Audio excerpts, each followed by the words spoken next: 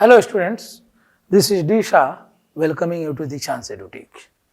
Today I am going to take English of class 10 and today's topic is A Tiger in the Zoo. It's a poem from First Flight. This is a beautiful poem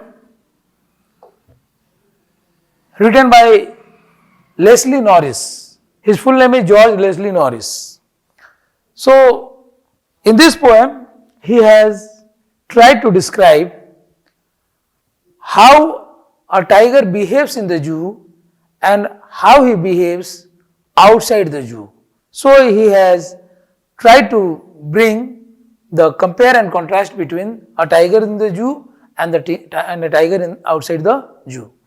So before I give a brief introduction about the poem, I would first of all like to tell you something about the poet Leslie Norris. So this is George Leslie Norris. His full name is George Leslie Norris, but he is known by the name Leslie Norris.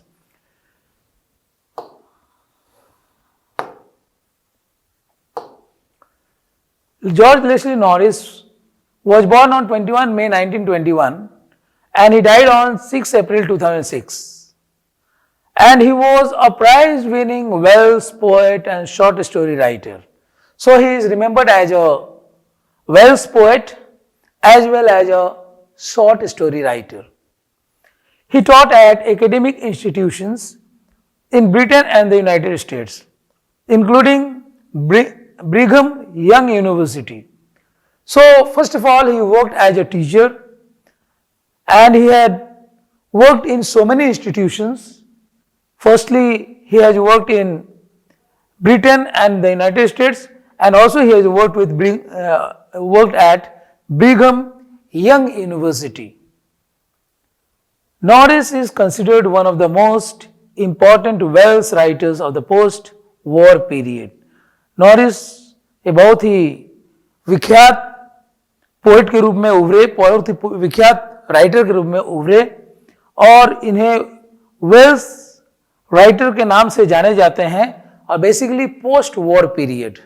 Okay, and his literary publications have won many prices.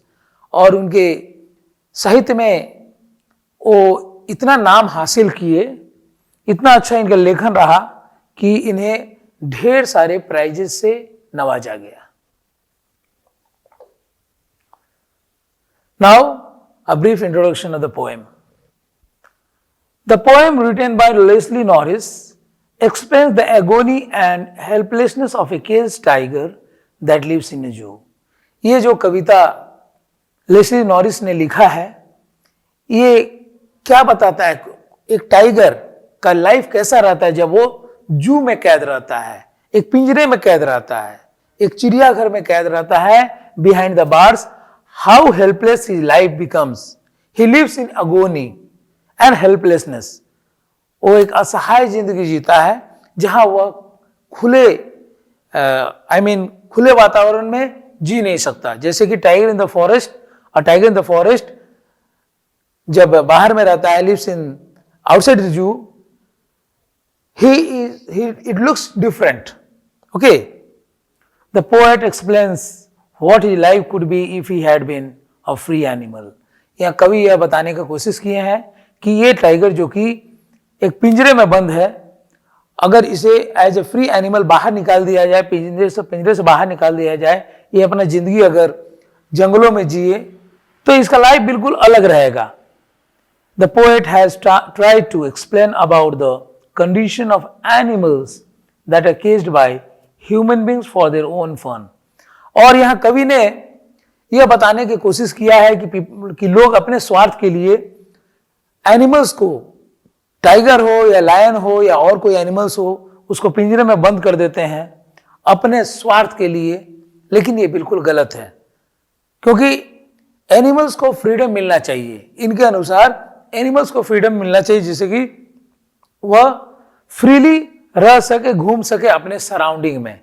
लेकिन जब कोई भी जानवर को, मान लीजिए tiger की बात हो रही है, अगर इसको पिंजरे में बंद कर दिया जाए तो ये बिल्कुल हेल्पलेस दिखेगा, असहाय दिखेगा, and he would live in agony. excuse me. The poem begins with a description of a tiger that is very beautiful and is walking in a little cage. ये कविता किस प्रकार से शुरुआत होता है? एक टाइगर का व्याख्या से शुरुआत होता है, जो कि टाइगर बहुत सुंदर है और tiger is a beautiful animal. Everybody knows that, and you also know that. So children are very much attracted towards tiger, and even the adults and even the old age people. Okay, because tiger is extremely beautiful. He has beautiful stripes on his skin. तो tiger का जो शरीर पर बहुत ही सुंदर सुंदर धारियां होते हैं उसके चमड़े पर, उसके स्किन पर, और उसके जो पांव होते हैं ना बिल्कुल वेलवेट के जैसे सॉफ्ट होते हैं, नर्म होते हैं. उसके पॉज जो होते हैं बहुत सॉफ्ट होते हैं. ये जो पॉज है, ये पैर है, पैर इसके वेलवेट के जैसे नर्म होते हैं. और उसके ये जो धारियां आप देख रहे हैं, स्ट्राइप्स देख रहे हैं, कितना सुंदर लग रहा है. और यही कारण ये जो स्ट्राइप्स है इसको टाइगर को सुंदरता प्रदान करता है. But the tiger is not happy.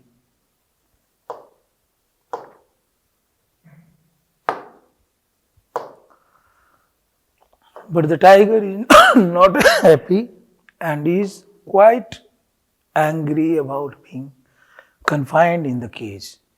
लेकिन टाइगर जो है एक्सक्यूज मी, ये बिल्कुल खुश नहीं है और बहुत ही गुस्से में दिखाई दे रहा है केज में, क्योंकि इसको केज में, पिंजरे में बंद कर दिया गया है. उसका जो जगह है, स्पेस है, बहुत सीमित है घूमने के लिए.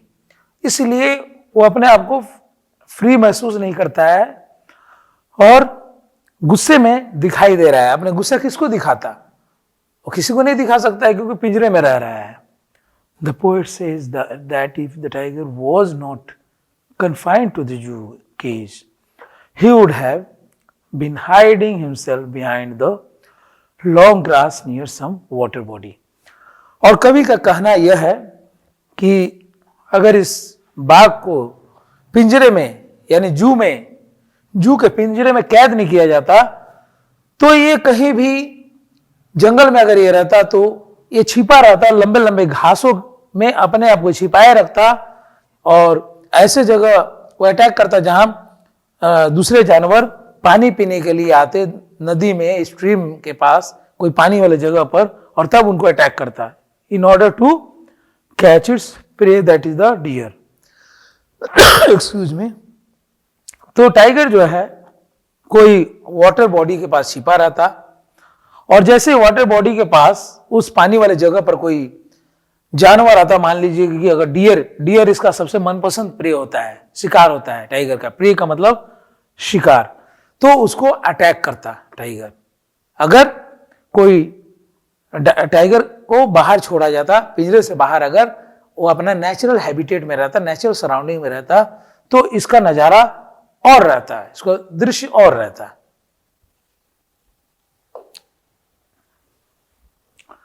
Also, he would have terrorized the residents of the villages around the forest area. और क्या है? और इसके साथ साथ अगर ये जंगल में घूमता फिरता, इसको फ्री छोड़ा जाता इस जो जू वाले टाइगर को, तो क्या होता? वो आसपास के गांव वाले जो रहने वाले जो लोग हैं गांव में, उसको भी एकदम डरा कर रखता. पूरा एकदम लोग कांपते इसके गर्जन की आवाज सुन के, इसके दहाड़ने की आवाज सुनकर लोग कांपते और भागते. But the reality is totally opposite to this. लेकिन जो सच्चाई है बिल्कुल इसका ऑपोजिट है, क्योंकि ये टाइगर केज में है. ये किसको डराएगा? बाहर रहता तब ना कोई गांव वालों में दहशत फैलाता. टाइगर को दहशत वाला जानवर माना जाता है. कहीं भी अगर शहर में या गांव में घुस जाए तो लोगों की खैर नहीं है. लोग एकदम भागने लगेंगे इसे देखकर. कितने लोगों को ये सफाया भी कर चुका होगा. He was confined in a cage which was made up of strong building material and he was helpless there. लेकिन ये जो टाइगर इन द जू के बारे में हम लोग चर्चा कर रहे हैं इस लेसन में, ये तो बिल्कुल एक पिंजरे में बंद है और जहां स्ट्रॉन्ग बहुत ही मजबूत बिल्डिंग मटेरियल से बनाया गया है, कंक्रीट सेल में इसको रखा गया है और वहां पर वो बिल्कुल असहाय है, वो कुछ नहीं कर सकता है, सिर्फ वो चार दीवारी के अंदर फिर सिर्फ थोड़ा बहुत टहल सकता है, घूम सकता है, लेकिन अब गुस्सा किसको दिखाएगा? He could not show his power to the visitors, therefore never tried to terrorize them. तो क्या है टाइगर? अगर टाइगर जू में कन्फाइंड है तो अपना शक्ति को दर्शकों को नहीं दिखा सकता, अपना शक्ति का प्रदर्शन दर्शकों के सामने नहीं कर सकता है, इसीलिए वो कभी भी किसी को डराने का कोशिश नहीं करता है, किसी के ऊपर अटैक नहीं करता है, दहाड़ता भी नहीं है, क्योंकि वो एक पिंजरे में बंद है जू में। The tiger is described as being powerless and agonised by the poet. और यहाँ कवि टाइगर को एकदम पावरलेस क्रिएचर के रूप में यहाँ पेश किया है, क्योंकि टाइगर जब जू में होता है तो पावरलेस हो जाता है और and he lives in agony, he lives in despair. Okay, he says that during night also he is alone. और कवि कहते हैं कि रात्रि के समय भी ये जो बाघ है, ये जो टाइगर है, अकेला रहता है पिंजरे में। Hearing the voice of the patrolling vehicles of police and looking at the stars. और रात में टाइगर और कुछ नहीं कर सकता है, बल्कि क्या सुनता है? पेट्रोलिंग व्हीकल्स, पुलिस का जो व्हीकल्स निकलते हैं उसकी आवाज को सुन सकता है और स्टार्स को देखता है। Hearing the voice of the patrolling vehicles of police and looking at the stars. Stars को देखने के सिवा और कोई चारा नहीं रह जाता है जो टाइगर केज में रहता है। The cage life has totally change the tiger's personality. और टाइगर का जो व्यक्तित्व को पूरी तरह से एकदम बदल दिया है इसका केजेड लाइफ, मतलब एक केज में ये इसको बंद करके रखा गया है तो इसकी जिंदगी पूरी एकदम बेकार हो गई। टाइगर अपना पावर नहीं दिखा सकता, अपना शक्ति प्रदर्शन नहीं कर सकता है। टाइगर एक पावरलेस क्रिएचर के जैसे वो जू में बंद पड़ा है। The poet is trying to say that the animal which is famous for its fearlessness and freedom is confined and sad due to the human beings who want to derive pleasure by looking at him in the zoo cage. तो यहाँ पर कवि यह बताना चाहते हैं, ये message देना चाहते हैं कि जो जानवर, जो कि टाइगर है, इतना फेमस जानवर है और बहुत ही खतरनाक जानवर माना जाता है टाइगर को। इतना खतरनाक जानवर कोई होता नहीं टाइगर। टाइगर को किंग ऑफ द जंगल इसीलिए कहा गया है, बिकॉज ऑफ इट फिरोसियस नेचर। तो इसका फ्रीडम बिल्कुल नहीं है, इसको आजादी नहीं दी गई है, because he is confined in a cage and human beings for their own pleasure have confined the tiger in a cage. So looking at him in the zoo, human being wants to take pleasure by seeing the tiger. How powerless the tiger is in the zoo. The comparison between wild animals' freedom and their lives in captivity is the theme of Leslie Norris' poem A Tiger in the Zoo. और यही तुलना किया गया है wild animals freedom और उनका life जब होता है कैप्टिविटी में, जब उनको कोई बंद पिंजरे में रखा जाता है और कोई जानवर को खुले मैदान समझ लीजिए, खुले जंगल में रखा जाता है, तो उसका बिहेवियर कैसा होता है, यही मेन थीम है लेस्ली नॉरिस के पोएम का। यही सेंट्रल आइडिया है। The poet examines the feelings of loss and imprisonment that a tiger in a zoo experiences, as well as the contrast between the animal's wild, untamed soul and the constrained life it is forced to live in captivity. और इस कविता में यहाँ कवि ने feelings of loss and imprisonment, feelings of loss और imprisonment को प्रस्तुत किया है कि एक टाइगर जो है जिस प्रकार से उसके फीलिंग्स रहते हैं जू में और जू से बाहर, इसके बारे में दर्शाने का कोशिश किया है कि जब इसको कैप्टिविटी में रखा जाता है, इसको कैप्टिव बनाकर, बंदी बनाकर पिंजरे में, जू में रखा जाता है, तो टाइगर का जिंदगी जो होता है पावरलेस हो जाता है। ये उसका एक सीमा रेखा के अंदर ही उसको रहना पड़ता है and he can not show his power. तो इसी चीज को दर्शाया है कि टाइगर को कैप्टिव बना देने से वो कितना एगोनी और लोनली फील करता है। Next, this poem contrast a tiger in the जू with the tiger in its natural habitat. ये जो कविता है अ टाइगर इन द जू,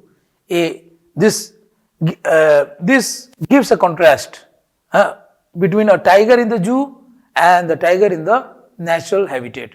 इन दोनों को तुलना किया गया है, किस प्रकार से एक टाइगर जू में रहेगा, उसका बिहेवियर कैसा रहेगा, उसका पर्सनैलिटी कैसा रहेगा, और जब टाइगर अपने नेचुरल सराउंडिंग में चले जाएगा मतलब जंगल में, तो इसका बिहेवियर कैसा रहेगा। The poem moves from the zoo to the jungle and back again to the जू।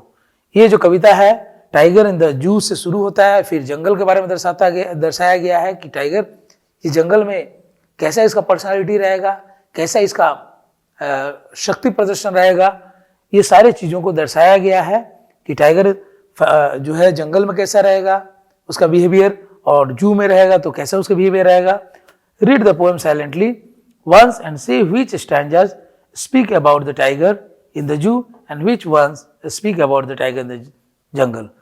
अब हम लोग इस स्टैंजा को पढ़ेंगे, ये जो टाइगर इन द जू जो पोएम है, और यहाँ पर हमें मालूम हो जाएगा कि कौन सा पैराग्राफ बता रहा है टाइगर इन द जू के बारे में और कौन सा बता रहा है टाइगर इन द जंगल या टाइगर आउटसाइड द जू के बारे में।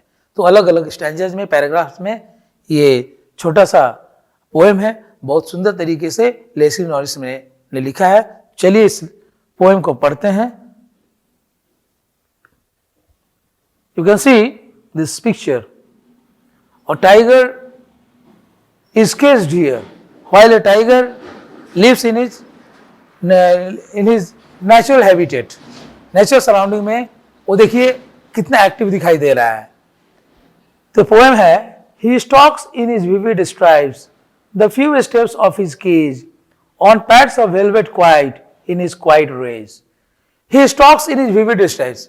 उसका जो कलरफुल स्ट्राइप्स है, उसके इतना सुंदर जो ब्यूटीफुल स्ट्राइप्स है, धारियां है उसके शरीर पर, देखिए धारियां है, ब्यूटीफुल ब्लैक धारियां है, कितना सुंदर दिखाई दे रहे हैं टाइगर पर।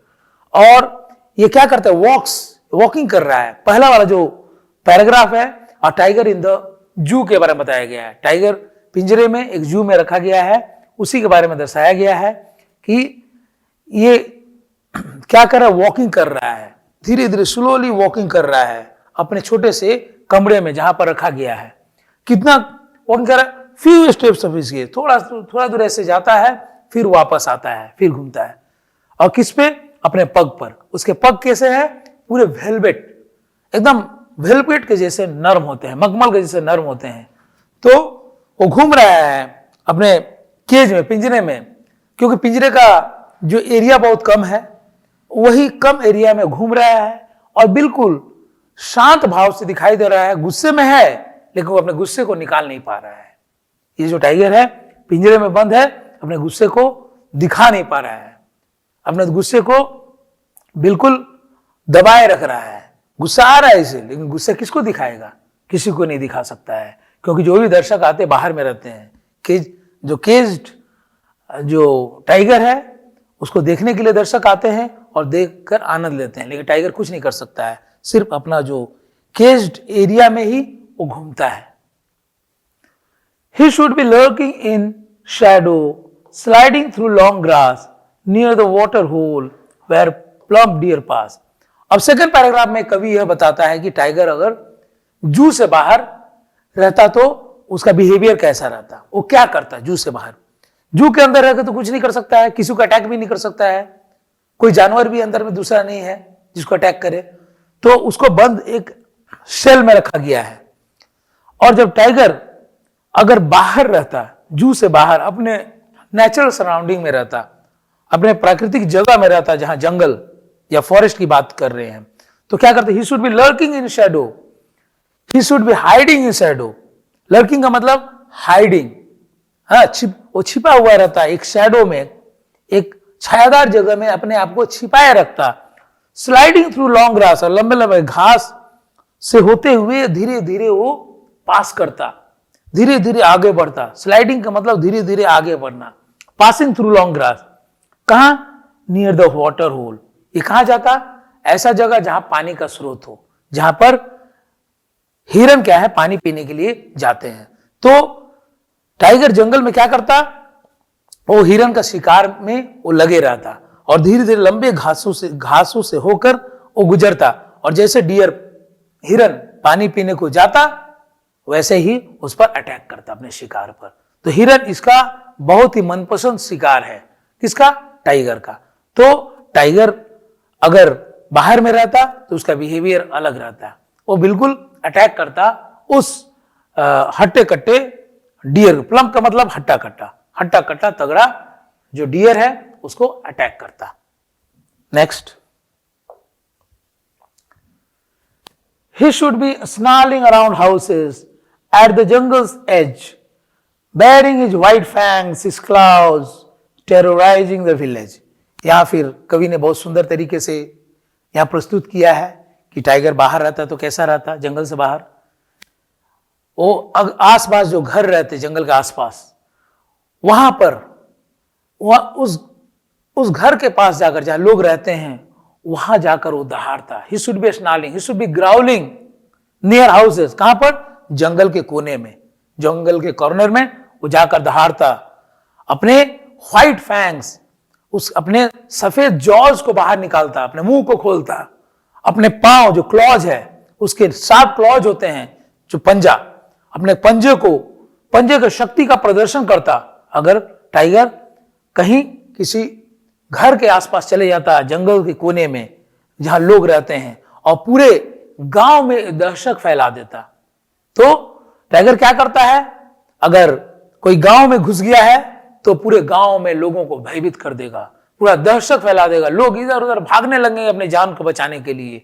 तो यही 3rd पैराग्राफ में इसी का चर्चा किया गया है। क्या करता, अपना मुंह खोले रहता, व्हाइट फैंग्स, अपने जॉज खोलता, अपने क्लॉज को, अपने पंजों को दिखाता और किस प्रकार से स्नार्ल मतलब दहाड़ता जिससे कि लोग डर जाते हैं।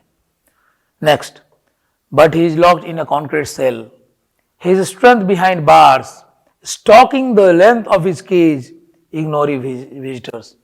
और 4th पैराग्राफ में फिर टाइगर इन द जू के बारे में बताया गया है।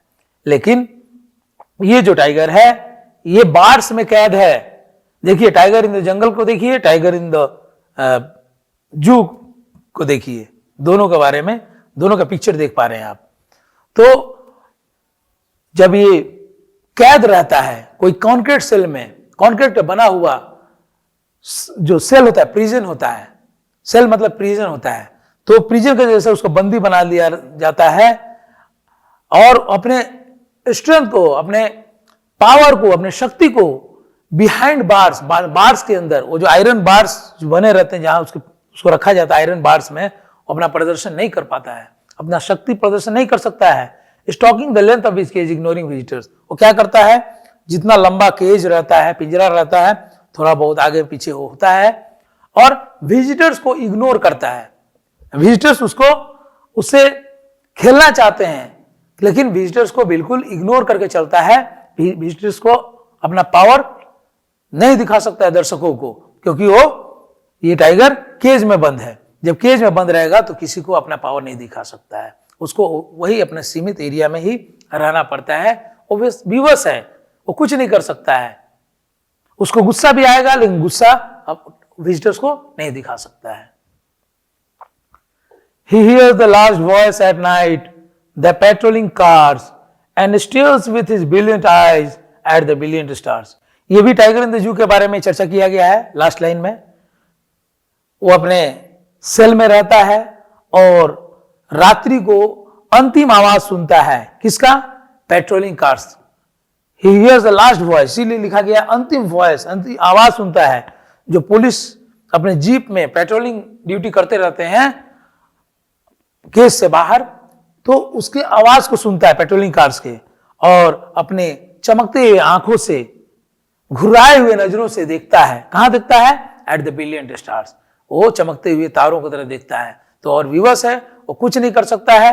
ये जब जू में है तो बस वो पेट्रोलिंग कार्स की आवाज को सुन सकता है और अपने चमकते हुए चमकदार सुंदर आंखों से उस ब्रिलियंट स्टार, चमकते हुए तारों को देख सकता है और कुछ नहीं कर सकता है। तो यही लास्ट लाइन दर्शाता है। So we have seen the comparison between tiger in the zoo as well as a tiger in the jungle. तो कंपेयर एंड कॉन्ट्रास्ट बहुत सुंदर तरीके से कवि ने किया है और यही थीम है इस पोएम का। So we have come to the end of this lesson, this poem, my dear students. I'll come with a new topic in the next class. Till then, goodbye. Thank you.